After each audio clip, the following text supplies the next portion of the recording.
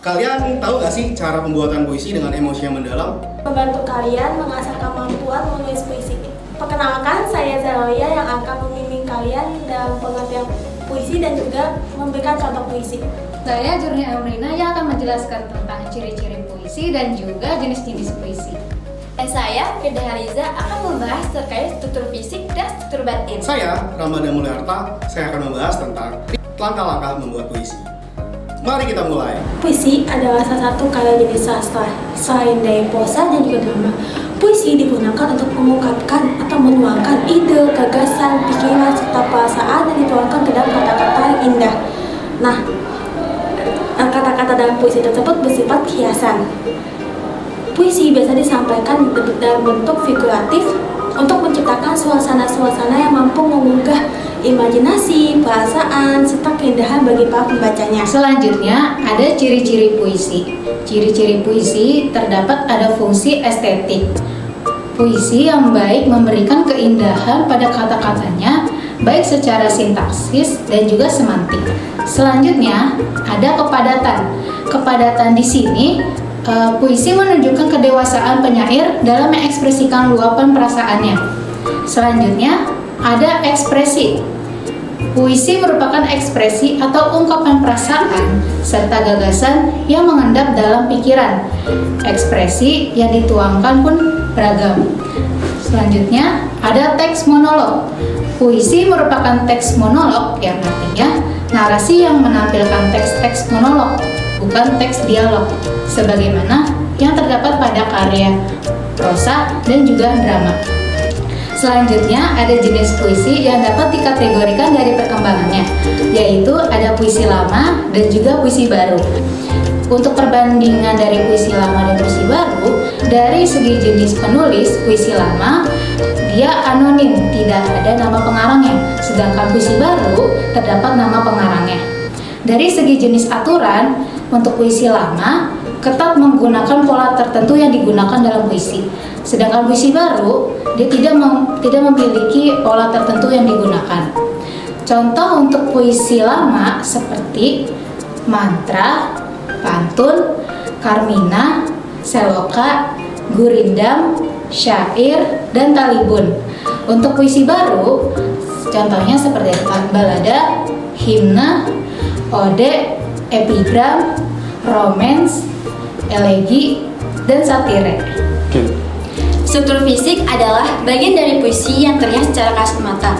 Unsur-unsur yang termasuk dalam struktur fisik meliputi wujud puisi, diksi, kata konkret, gaya bahasa, dan citraan. Wujud puisi. Wujud puisi terdiri dari 3 bagian. Yang pertama, judul.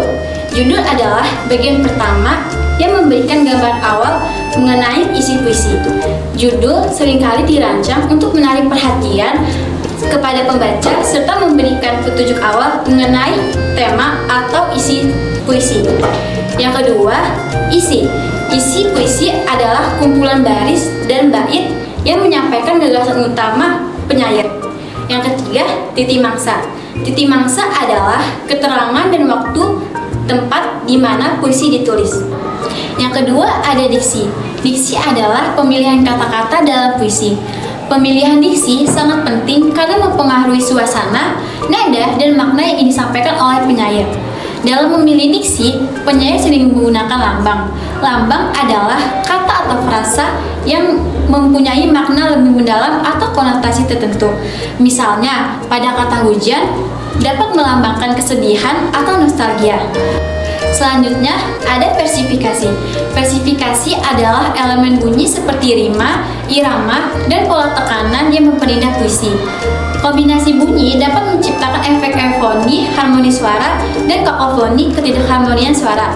Lalu ada irama. Irama adalah pola naik turun suara atau tekanan dalam pembacaan puisi.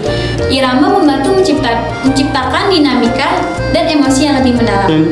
Yang ketiga, kata konkret. Kata konkret adalah kata-kata yang menciptakan gambaran nyata di benak pembaca. Melalui kata konkret, puisi dapat merangsang panca indera pembaca sehingga pengalaman membaca puisi menjadi lebih hidup. Yang keempat, Gaya bahasa. Gaya bahasa mencakup penggunaan berbagai teknik retorika dan majas untuk memperindah puisi. Beberapa jenis gaya bahasa yang digunakan dalam puisi meliputi: yang pertama, perbandingan. Gaya bahasa ini membandingkan dua hal yang berbeda dengan menggunakan kata-kata pembanding, yaitu seperti laksanakan, bagaikan, dan bak. Yang kedua, metafora. Perbandingan implisit antara dua hal yang berbeda tanpa menggunakan kata pembanding. Sebagai contoh, dalam puisi cinta karya Sapardi Djoko Damono, frasa hujan di matamu adalah metafora yang menggambarkan kesedihan atau tangisan. Yang ketiga, perumpamaan epos. Gaya bahasa yang menggunakan perbandingan dengan penggambaran yang panjang dan detail. Sebagai contoh, cemburu itu seumpama bulan yang merajuk pada matahari, tak ingin pagi segera menjelang. Yang keempat, alegori. Alegori adalah narasi yang memiliki makna simbolis. Alegori sering digunakan untuk menyampaikan pesan moral atau filosofi yang mendalam melalui cerita yang sederhana. Yang kelima, personifikasi. Personifikasi merupakan gaya bahasa yang memberikan sifat-sifat manusia pada benda mati. Contohnya, angin berbisik lembut yang menggambarkan suasana tenang dan damai. Yang keenam, ada metonimia. Gaya bahasa yang menggantikan nama sesuatu dengan nama lain yang berhubungan dengan erat. Misalnya, mahkota digunakan untuk menggambarkan raja. Yang ketujuh, ada sinekdok. Sinekdok adalah gaya bahasa yang menyebutkan sebagian untuk menggambarkan keseluruhan atau sebaliknya. Contohnya, 10 tangan untuk menggambarkan 5 orang pekerja. Yang kelima, ada citraan.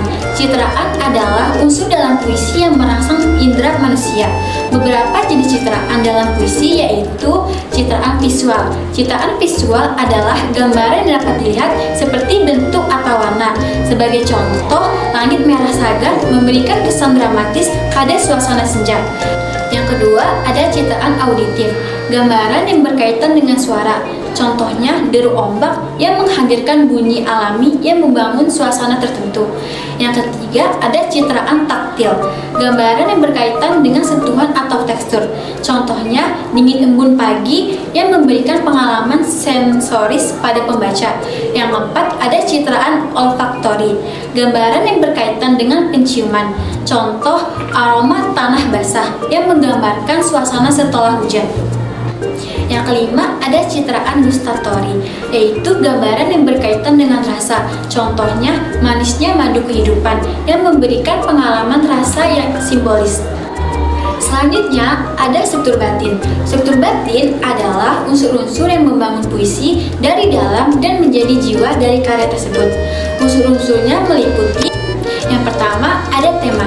Tema adalah ide pokok atau gagasan utama yang menjadi dasar penulisan puisi. Yang kedua, ada nada. Nada adalah sikap penyair terhadap subjek atau pembaca. Sikap ini bisa berupa memuji, menyindir, mendidik, atau marah. Yang ketiga, ada suasana. Suasana adalah efek emosional yang dirasakan pembaca saat membaca puisi. Yang keempat, ada amanat. Amanat adalah pesan moral atau nilai yang disampaikan oleh penyair kepada pembaca. Selanjutnya adalah langkah-langkah pembuatan puisi. Nah, untuk teman-teman yang sedang mencari referensi pembuatan puisi, mungkin teman-teman bisa menjadikan langkah-langkah ini menjadi referensi untuk teman-teman membuat sebuah puisi. Langkah yang pertama adalah menentukan tema. Tema adalah topik utama yang akan menjadi inti puisi kita. Langkah kedua, selanjutnya tetapkan emosi dan suasana yang ingin kalian tonjolkan. Apakah puisi ini akan terasa bahagia, sedih, penuh harapan, atau mungkin melankolis. Yang ketiga, kumpulkan ide terkait tema-tema tersebut. Ini, kumpulkan ide-ide dan kata-kata yang terlintas di pikiran kalian.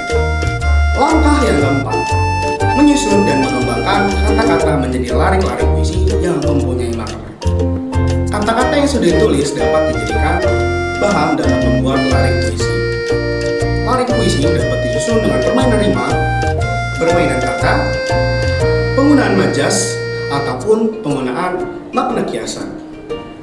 Langkah yang kelima, mengoreksi dan mengganti jika diperlukan tambahan unsur membangun puisi. Puisi yang dibuat harus dikoreksi. Langkah yang keenam, perhatikan rima dan ritme dalam puisi. Pastikan puisi kalian memiliki rima dan ritme yang indah. Pilihlah kata-kata yang memiliki bunyi harmonis dan perhatikan pengulangan atau repetisi untuk memperkuat alur puisi. Langkah-langkah yang ketujuh ataupun yang terakhir, memberi judul puisi. Puisi harus diberi judul. Judul yang menarik akan memancing ketertarikan pembaca untuk membaca puisimu. Di sini saya akan membacakan puisi yang berjudul Dirimu karya Zahra Omar. Kuukir namamu dalam langit senja, melukiskan kenangan pada butiran cinta, menebarkan bunga yang memekaran di lubuk hati, dan menghadirkan momen indah dalam hidup ini. Setiap sajak yang kutuangkan dalam puisi menceritakan betapa indahnya karya seni Tuhan semesta, menghadirkan dirimu pada hidupku yang sepi, dan kini hidupku berirama melodi